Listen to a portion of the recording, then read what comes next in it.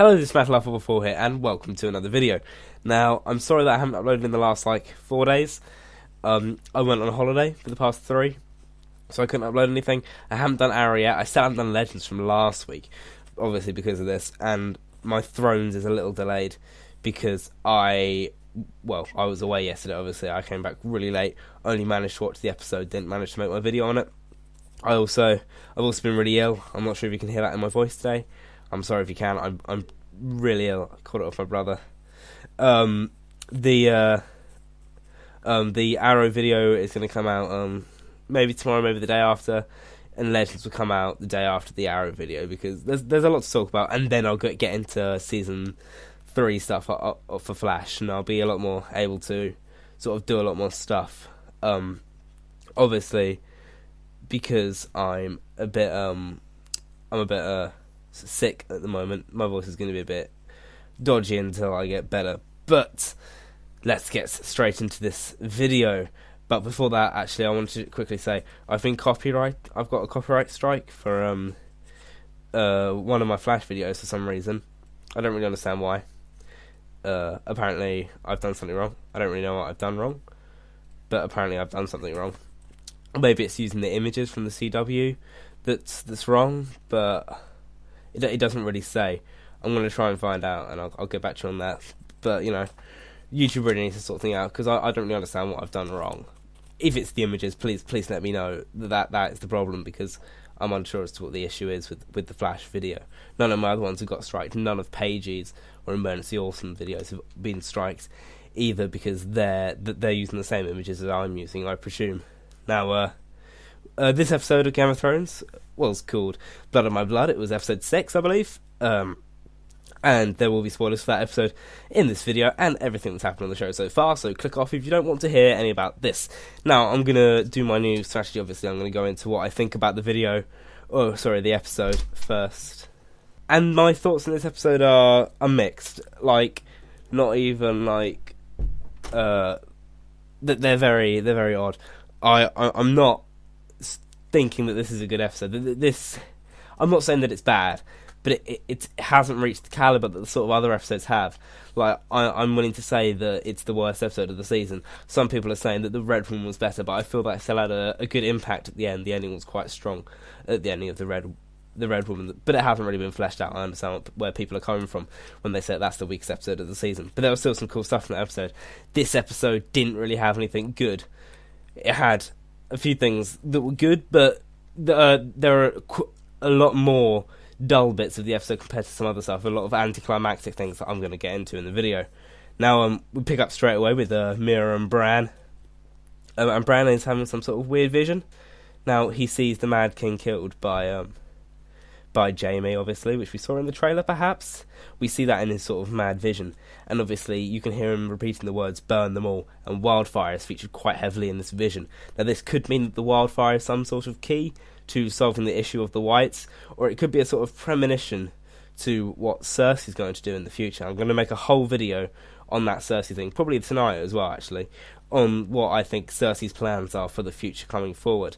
Now, they're found by the Whites, and a man on a horse comes along. Now, I wrote down when I saw that instantly, Benjen or Cold Hands, because, obviously, 2 characters gone missing behind the wall, sorry. Cold Hands hasn't been in the show, and this could be them doing him in the series. Now, we cut to Sam and Gilly, who are heading to Horn Hill. I never really realised that Horn Hill was such a massive place. I thought it was quite small. It's so much bigger than Winterfell, to be honest. And I guess that's because it's down south. The reunion with the women obviously is nice for him, because obviously they're actually quite nice to him in his family. It's the men that get to him, really. Now, Tommen is all for the Walk of Atonement. He's not gonna rise up against the faith, which is showing the High Septon's manipulating powers. He has now taken control of her, and also it seems that Marjorie is also being controlled the same way, or this could be some sort of power act of her just to try and get out as quickly as possible. Obviously, we then cut to the Tarleys, and the Dickon. Dickon is much superior to Samuel in every sense. He speaks a lot more posher, and he's obviously talking about his hunting and stuff like that.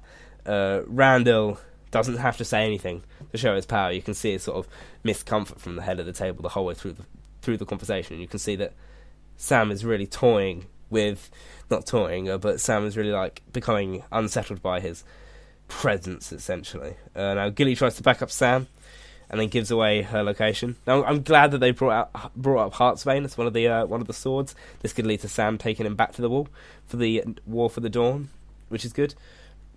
Randall actually shows really good power in controlling the household, and it's great to see him and his power over the thing. This is actually one of the highlights of the episode, his power over Sam and the house. Now, as Sam leaves Thornhill with Gilly and the baby, he takes Hearthbane with him, which is quite a courageous thing for him to do. And obviously, as I said, he'll probably use this in the war to come. Now, Arya feels for the death of Joffrey, which is odd, because obviously she hates him, but it's due to the great acting of Lady Crane, so regrets essentially trying to kill her.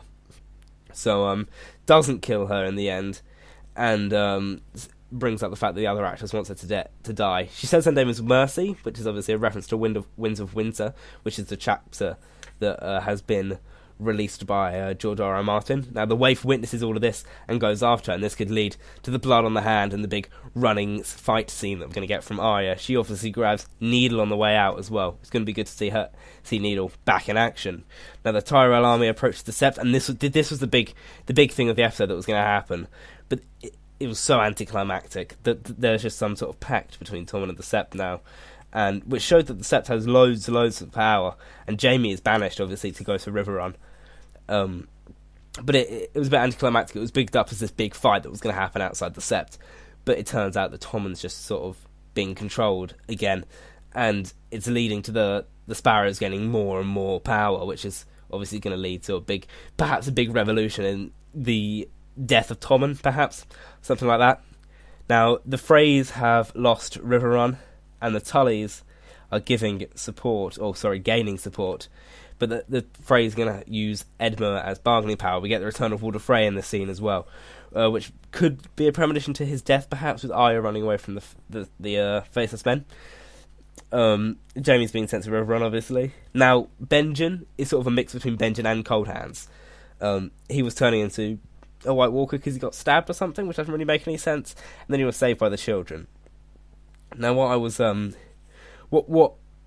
I'm annoyed about this is it's sort of it's not a great payoff, because obviously Benjen's been missing for 5 years on the show, like 15 years in book terms, and it's kind of a bad payoff to see him just being combined with the Cold Hands character, when obviously George R.R. Martin blankly said that no, Cold Hands wasn't Benjen. It's sort of a bit annoying, and the payoff's a bit dodgy, if I'm not going to lie. If after 5 years you would have accepted a bit more from the character of Benjen, maybe brought him up later, or introduced the character of Cold Hands earlier, and then revealed he was Benjen, I don't think I would have been as angry about that, because it would have been a good reveal, because I wouldn't have been thinking about it.